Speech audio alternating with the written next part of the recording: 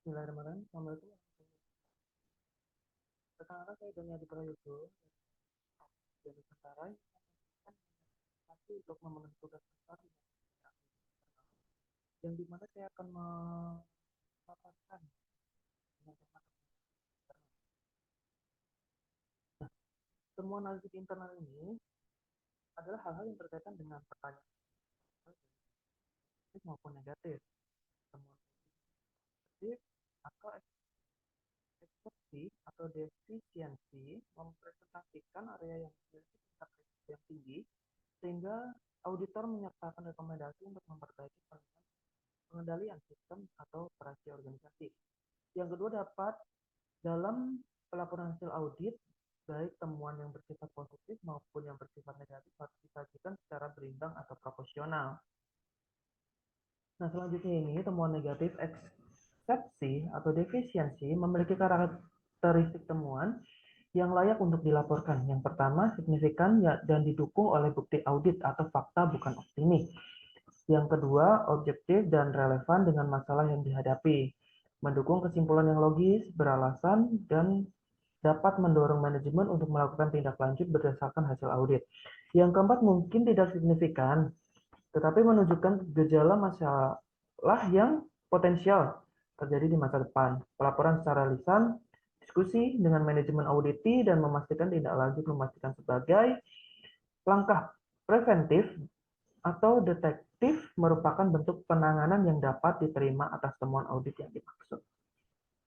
Nah, di sini bagaimana sih temuan audit yang dikembangkan? Temuan audit dihasilkan dari proses perbandingan antara kriteria atau praktik yang diharapkan dengan kondisi fakta atau keadaan sebenarnya. Berikut penyebab terjadinya perbedaan dan akibat yang mungkin ditimbulkan. Langkah terakhir yang dapat diambil oleh auditor berkenan dengan hal tersebut adalah menyusun rekomendasi yang akan diberikan kepada manajemen berdasarkan temuan audit tersebut. Nah, unsur-unsur temuan audit di sini ada kondisi, kriteria, penyebab, dan akibat rekomendasi. Nah, saya akan membahas dengan yaitu yang pertama, kondisi. Kondisi adalah kejadian sebenarnya yang ditemukan auditor selama proses audit dilaksanakan dan diselesaikan, yang dimana keadaan atau kejadian dimaksud di atas dapat berupa pelaksanaan prosedur kerja secara aktual, situasi operasional, dan kondisi aset, jumlah yang sebenarnya tercatat, dan lain sebagainya. Yang kedua, kondisi merupakan inti dari temuan audit, oleh karena itu harus didasarkan kepada bukti audit yang kompeten, relevan, lengkap, dan bermanfaat. Auditi mungkin dapat tidak setuju dengan kesimpulan interpretasi auditor, tetapi tidak dapat menyangkal fakta yang mendasari suatu kondisi. Nah, yang kedua, kriteria. Kriteria menggambarkan kebijakan, prosedur, standar, hukum regulasi yang ditetapkan dan harus dipatuhi oleh auditi. Kriteria digunakan harus menggambarkan tujuan yang ingin dicapai manajemen dan kualitas pencapaiannya. Praktek yang diharapkan mengacu kepada prosedur kerja yang lengkap dan dirancang untuk mencapai tujuan, serta bersifat mengikat untuk dipatuhi. Nah, yang ketiga yaitu akibat. Ini merupakan dampak aktual atau potensial yang berkenan dengan kondisi yang ditemukan, terutama kondisi yang tidak sesuai dengan kriteria. Unsur temuan audit ini diperlukan untuk meyakinkan manajemen bahwa bila kondisi yang tidak diinginkan dibiarkan mengakibatkan kerugian yang signifikan, sehingga manajemen terdorong memiliki dasar untuk melakukan tindakan korektif. Nah, selanjutnya ini adalah penyebab. Penyebab dari suatu kondisi mengidentifikasikan mengapa masalah tersebut terjadi atau alasan rasionalnya atas terjadinya perbedaan antara kondisi dengan kriteria. Bila penyimpangan dapat diidentifikasi dan penyebabnya diketahui, maka alternatif untuk mengatasi masalah yang dapat dihadapi disusun sehingga tidak korektif oleh manajemen terfokus pada upaya mengatasi masalah tersebut. Nah, ini ada rekomendasi. Rekomendasi audit merupakan solusi yang saran alternatif untuk menyelesaikan mengatasi masalah tertentu yang deskriptif dalam setiap unsur audit. Yang pertama, rekomendasi harus bersifat fleksibel, operasional, spesifik, mengidentifikasi subjek, dan bertanggung jawab untuk melakukan tindak lanjut.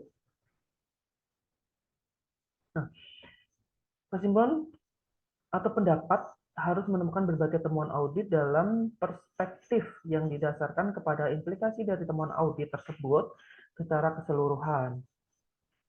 Yang kedua, manajemen dan auditi berkewajiban untuk memperhatikan memberikan tanggapan atas temuan audit, tetapi tidak harus menerima setiap rekomendasi auditor.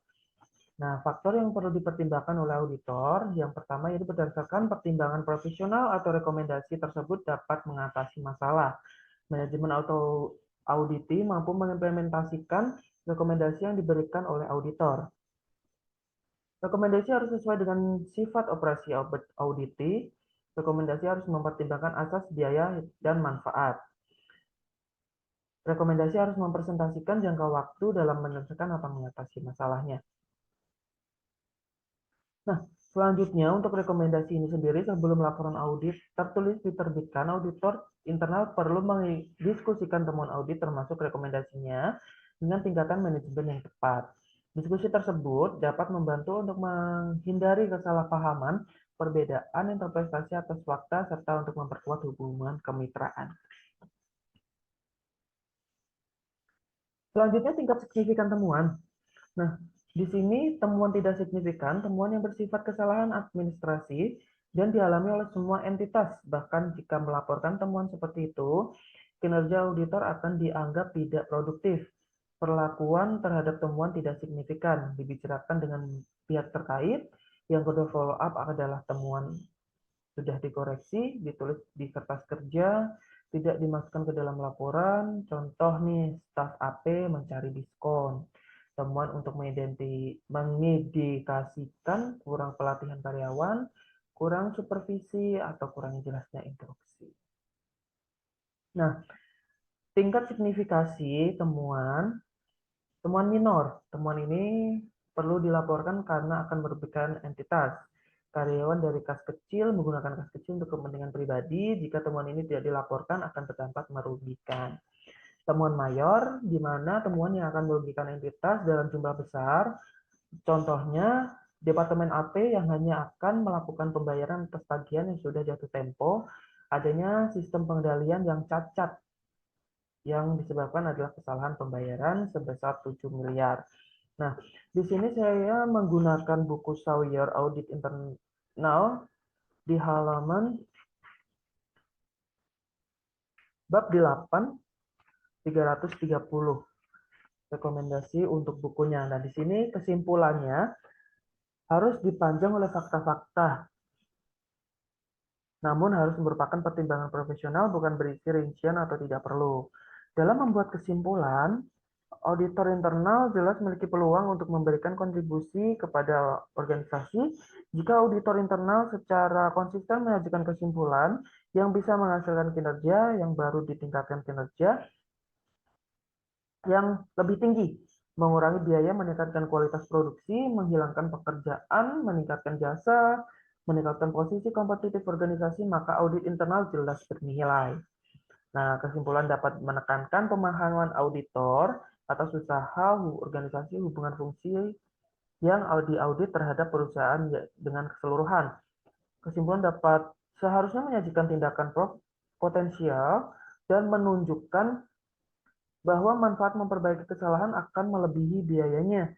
Besarnya kerugian yang ditunjukkan pada bagian dampak merupakan dasar dibutuhkan tindakan perbaikan. Nah, misalnya, temuan menuntun auditor untuk menyimpulkan bahwa prosedur-prosedur harus diperbaiki. Meteran di atas usia tertentu harus diawasi. Dan tidak memenuhi standar harus diganti. Instruksi dan pengawasan harus diberikan kepada pengawas sehingga kinerja mereka bisa ditingkatkan. Seperti itu. Nah, pembahasan temuan ini saat auditor internal menyusun temuan audit dan menerangkan rekomendasi. Mereka harus mewaspadai kekeliruan mereka sendiri. Mereka mungkin salah satu menginterpretasikan atau mereka mungkin tidak membaca prosedur dengan layak. Mungkin untuk mengecek pemahaman atas hal-hal mereka temukan, auditor internal harus berbicara dengan yang paling mengetahui fakta tersebut. Seperti itu. Mereka harus mengetahui interpretasi klien dan mencatatnya dalam kertas kerja mereka. Nah, pendapat manajer dan karyawan berpengalaman mengenai hasil-hasil tindakan yang direkomendasikan sangat disambut baik. Auditor internal yang berpengalaman akan mencari orang yang memiliki pengetahuan dalam organisasi. Orang-orang yang memiliki pengetahuan luas mengenai operasi yang sedang diperiksa dan mengatakan, ini masalahnya, kondisi tersebut membutuhkan koreksi atau perbaikan. Apa yang akan terjadi rekomendasi tindakan ini? Banyak mantan auditor yang bisa menceritakan bagaimana pertanyaan ini menyelamatkan mereka di rasa malu. Nah,